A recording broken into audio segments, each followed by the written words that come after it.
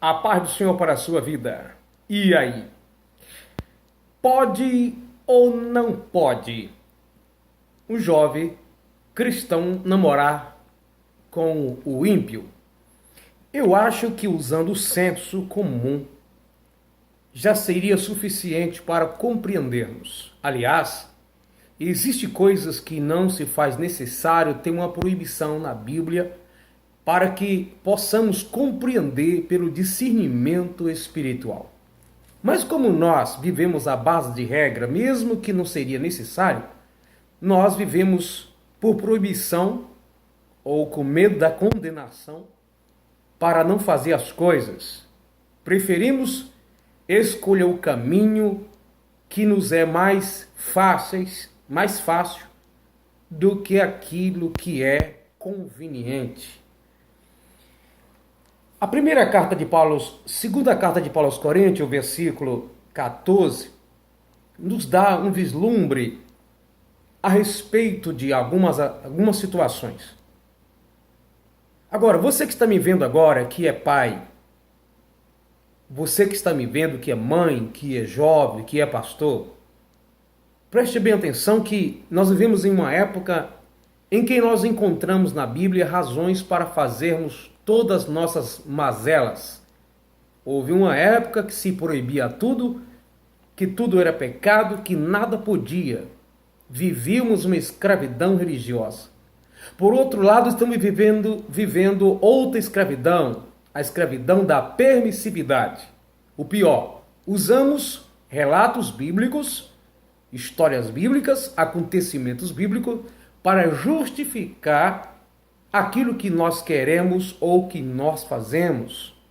Mas citar relatos bíblicos não é a mesma coisa de ver o perfil doutrinário das Sagradas Escrituras. Paulo disse na primeira carta aos Coríntios, capítulo 15, versículo 33, se não me falha a memória, as más conversações corrompem os bons costumes. Como é que o ímpio é chamado na Bíblia? Filho da ira, filho da perdição, nuvem sem água, espuma do mar, trevas, filho do diabo, condenados, carnais. Enfim, o ímpio na Bíblia, até seu sacrifício, pelo menos no Antigo Testamento, é considerado abominável ao Senhor. Então, só de olhar por esse aspecto, nós entendemos que ele tem uma metodologia, uma mentalidade e caminhos diferentes, postura diferente, maneira de pensar diferente. Quando alguém vai se casar, vai se entrelaçar com a outra pessoa de forma tão íntima como nunca em outra área aconteceu ou acontece. O pai e o filho não têm a mesma entrelaço, a mãe e a filha não têm a mesma profundidade nesses laços. O pai, os filhos, famílias, avós não têm. A Bíblia diz que quando o homem casa, deixará o seu pai e a sua mãe, unir-se-á a sua esposa e tornar-se-á uma só carne. Você não é uma só carne com sua mãe, com seu pai, com seu filho, mas é uma só carne com aquela pessoa com quem você se casa. É tanto que a Bíblia compara do mesmo jeito que nós espiritualmente somos um só espírito com Cristo. Não é mais um, não é mais dois, mais um. A unidade é clara e profunda. Quando alguém se casa, essa união se torna tão significativa a ponto de Jesus comparar a sua igreja, a instituição de Deus, com o casamento. Paulo diz assim, olha, não vos prendais a jugo desigual. O jugo era aquilo que colocava no pescoço do animal para se carregar carga, arrastar ou carregar carga sobre um carro. Geralmente se usava 2 bois ou 2 vacas, alguns usam até outros tipos de animais também, só que não poderia ser usado animais de raças diferentes, tamanhos diferentes. Teria que ser animais compatíveis um com o outro, forças, tamanhos e raças. Era proibido pela lei um animal diferente puxar um jugo com outro animal. Seria o jugo desigual. Um vai maltratar o outro, querendo ou não, de propósito ou não, diretamente ou indiretamente, não. Se você se casar com alguém que é descrente, ou descrente vai sofrer com você por não compreender a sua vida cristã, ou você vai sofrer com o descrente, porque ele, não compreendendo também o que é ser um cristão, vai indiretamente ou diretamente te obrigar ou te levar a seguir os seus caminhos. Caminho de trevas, caminho de desvio.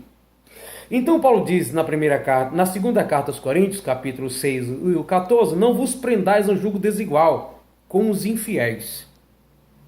Porque que sociedade tem justiça com justiça? Ou que comunhão tem a luz com as trevas? A Bíblia diz que nós somos sal da terra e luz do mundo, enquanto que o ímpio é chamado de trevas. Como é que as trevas podem ter comunhão com a luz?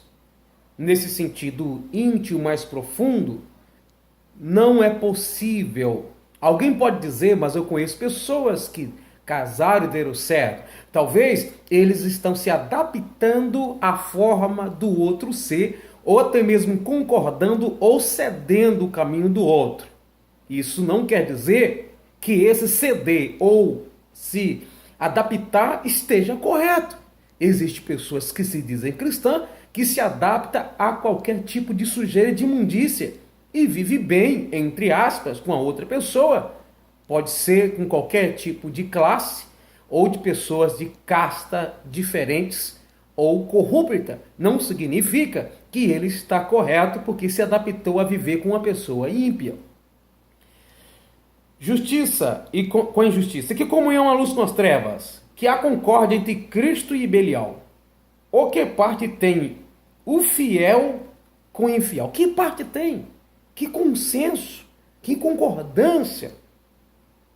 Ou o ímpio se converte para viver nos moldes de Cristo, pelo aquilo que o fiel, servo de Deus, segue, ou cristão, entre aspas, vai ter que ceder aos caprichos do ímpio para que assim viva bem. A questão é viver num relacionamento bem com o outro, com seu cônjuge, não significa que está de acordo com a vontade de Deus. É necessário viver em concordância, sim, mas essa concordância deve ser segundo os padrões bíblicos. Os dois precisam estarem de acordo com a palavra de Deus. Senão aí é um sujo arrastando o outro para dentro da lama. O outro não reclamar não significa que está correto, está dentro de uma lama. Nesse caso, os dois estão sujos, mesmo que ninguém reclama. O que consenso tem o templo de Deus com os ídolos? Porque vós sois templo de Deus, vivente. Como Deus diz, neles habitarei, entre eles andarei. E eu serei seu Deus, e eles serão meus filhos. E eles serão meus filhos. O ímpio não é filho de Deus. Porque esse não conhece a Deus e não tem o Espírito Santo. Logo, seu caminho, sua postura, sua proposta, sua vida é diferente. Então vai trazer transtorno. Você não pode pegar um caso isolado de alguém que supostamente deu certo e dizer que pode, que é correto, simplesmente porque alguém casou com um ímpio e deu certo. É só acompanhando a pessoa de perto que você vai saber disso, não.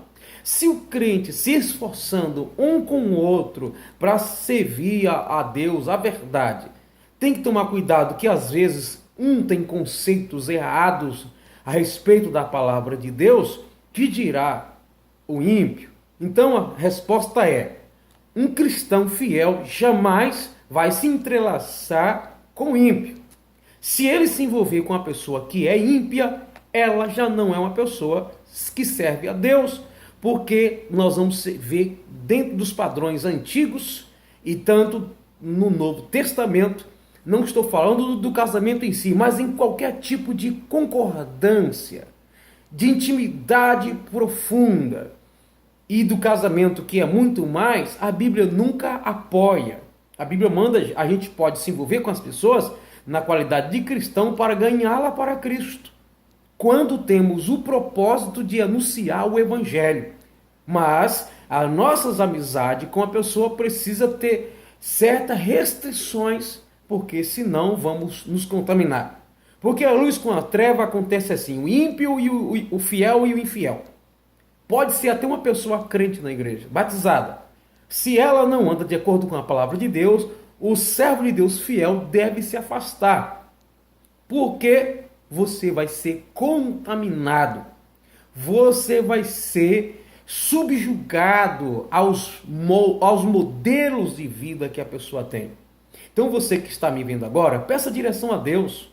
Deus vai preparar uma pessoa, Ele vai fazer com que você se encontre com alguém que seja fiel, que segue a palavra, certo? E você que não é crente, se converta, não tenta namorar com o crente não, porque você vai atrapalhar a vida dele, certo? Então qual a coisa a fazer? Você é trevas, se converta ao evangelho, aceita Jesus como Salvador, e aí quem sabe essa pessoa que você gosta será alguém de acordo com o casamento que você precisa? Talvez não. Você que é crente, tome muito cuidado. Cuidado com o conselho daquelas pessoas que se diz nada a ver. São pessoas que perderam a espiritualidade e têm apenas religiosidade sobre os seus lombos, mas que não têm discernimento espiritual. Você, pai, cuidado com esses conselhos. Que não estou dizendo que você tem que proibir, mas você tem que dizer para o filho a verdade. Instrui para ele, segundo a palavra de Deus, que um cristão não deve se envolver com esse tipo de conduta. Mas existe pais que se conforma, até apoia namoro de ímpio com seus filhos que é cristão. Se nós devemos vigiar, até com muitas pessoas que se dizem cristão, que dirá com aquele que é declarado ímpio? Observe bem os seus caminhos, você que é servo de Deus, é diferente da outra pessoa. Depois, você pode não ter como voltar. Você pode criar grande transtorno na sua vida, que no momento a pessoa está escondendo as unhas. E depois vai aparecer. Então, você crente e com descrente tem caminhos opostos. Seus caminhos são diferentes. Não case com aquela expectativa que depois que eu casar eu faço ele aceitar Jesus como o meu Salvador, que isso é a pior besteira que algumas pessoas fazem. Porque algumas pessoas, aparentemente, até convenceu a pessoa e foi para a igreja. Mas a maioria sai da igreja quando casa com o descrente. Então, a luz com as trevas, essa sim, não tem nada a ver. Precisa ser luz com a luz. Não se envolva com o ímpio. Não escute essas profecias. Não escute esses conselhos, não importa se é um ancião. Peça a Deus direção, discernimento e pela palavra de Deus. Se você é servo de Deus, com certeza não vai se embaraçar com essas coisas do mundo.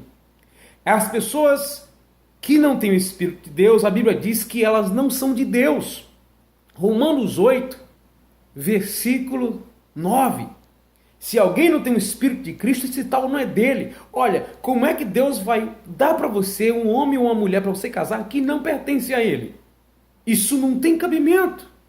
Não tem lógica. O mundo, a Bíblia diz, não ameis o mundo, nem aquilo que há no mundo, nem aquilo que há nele. Como é que nós vamos nos envolver com pessoas que têm crenças, pensamentos, religiosidade e postura em relação a Deus diferente ou até mesmo ao contrário da nossa? Reveja seus conceitos. Não importa quem te dê esses conselhos. Pode ser seu pai ou sua mãe, sua filha, seu filho, seu irmão. Cuidado.